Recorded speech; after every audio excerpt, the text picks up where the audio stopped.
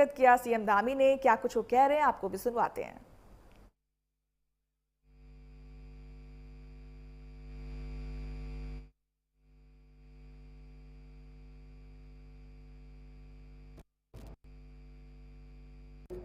सभी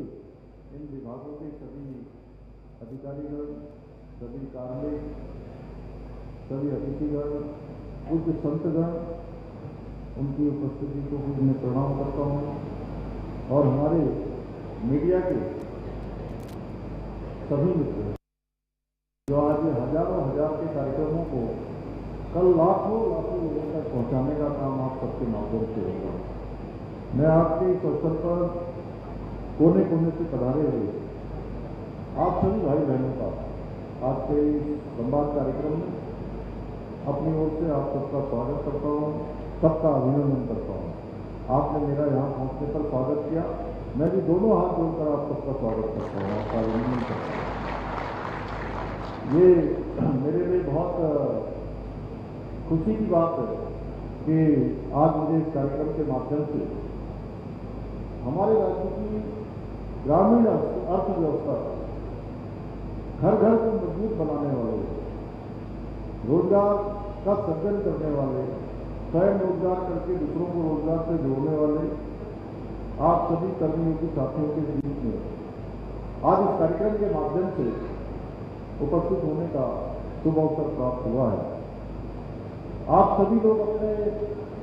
परिश्रम से, अपने समर्पण से, अपने संकल्प से न केवल अपने परिवारों की आजीविका को सशक्त बना रहे हैं, बल्कि उत्तराखंड राज्य और देश की अर्थव्यवस्थाओं को भी आप सबके माध्यम से नई ऊंचाइयों पर पहुंचाने का काम हो रहा है। इसमें आप सब बहुत महत्वपूर्ण योगदान दे रहे हैं और आज का ये जो संवाद कार्यक्रम है, ये हमारी सरकार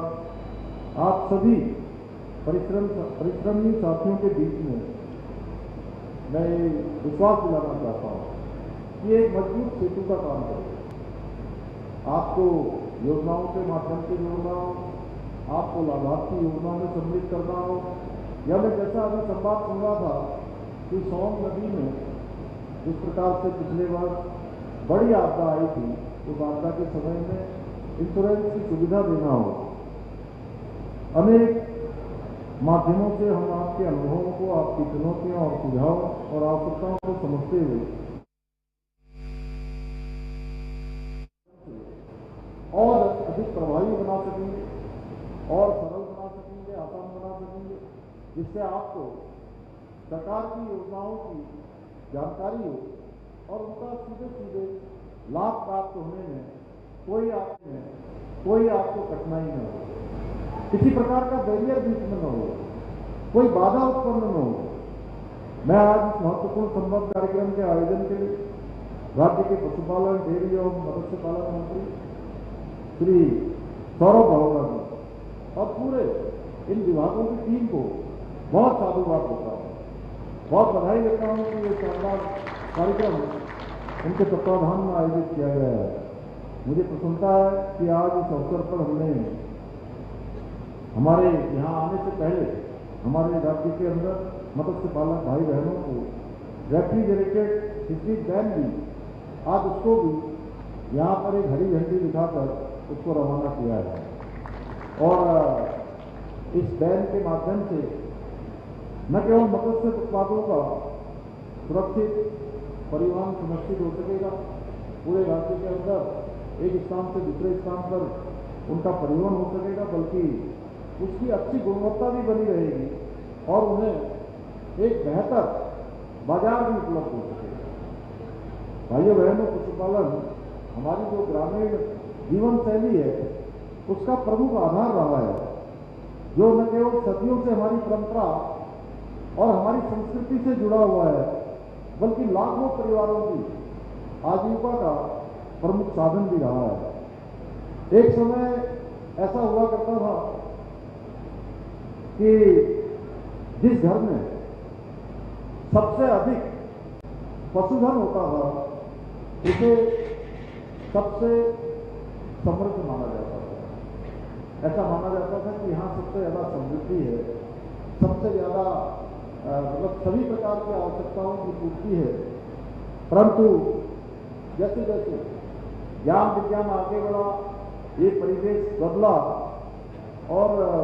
भूमि जोत के लगातार घटते आकार, आधुनिक जीवन शैली के प्रभाव के कारण